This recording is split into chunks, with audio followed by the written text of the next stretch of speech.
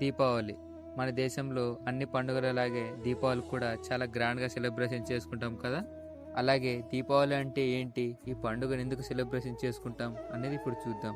మన పురాణాల ప్రకారం నరకాసురుణ్ణి శ్రీకృష్ణుడు సంహరించినందుకు గాను, అలాగే రావణ సంహారం తర్వాత శ్రీరాముడు అయోధ్యకు తిరిగి రావడం, అయోధ్య ప్రజలు ఆనందంతో ఈ దీపాల పండుగను చేసుకున్నారు. అలాగే లక్ష్మీదేవి ఆవిర్భవించినందుకు గాను, మరికొన్ని పురాణాల్లో పాండవులు అజ్ఞాతవాసం నుంచి తిరిగి వచ్చినందుకు గాను ఈ దీపావళి పండుగను చేసుకుంటారు. ఈ సందర్భాలు అన్ని ఎందుకు దీపావళితో ముడిపడి ఉన్నాయంటే, చీకటిని పారద్రోలి వెలుగు తెచ్చే పండుగగా, అలాగే విజయానికి ప్రతీకగా ఈ దీపావళి పండుగను జరుపుకుంటారు. ఈ పండుగ రోజున దీపాన్ని లక్ష్మీదేవిగా భావించి పూజించడం సాంప్రదాయం. కానీ మనం దానికి బదులుగా ఈ కాలుష్యంతో నిండిన బాణాలను తెచ్చి పేలుస్తున్నాం.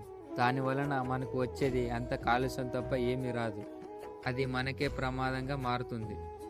మనం దానికి బదులుగా మట్టితో చేసిన దీపాలను ఇంట్లో కానీ దేవాలయాల్లో కానీ వెలిగిస్తే మనకే మంచిది. దాని వలన కాలుష్యం రాదు, ఎవరికి ఏ అపాయము జరగదు. మనం ఇప్పటి నుంచి అయినా కాలుష్యం చేయకుండా మన పిల్లలకు దీపావళి అంటే ఏంటో చెప్పి వారిని మంచి మార్గంలో నడిపించడం మన కర్తవ్యం.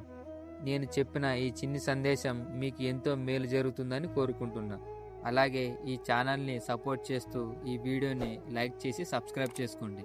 మీ ఫ్రెండ్స్ అండ్ ఫ్యామిలీ మెంబర్స్కు ఈ వీడియోని షేర్ చేయండి. Thanks for watching.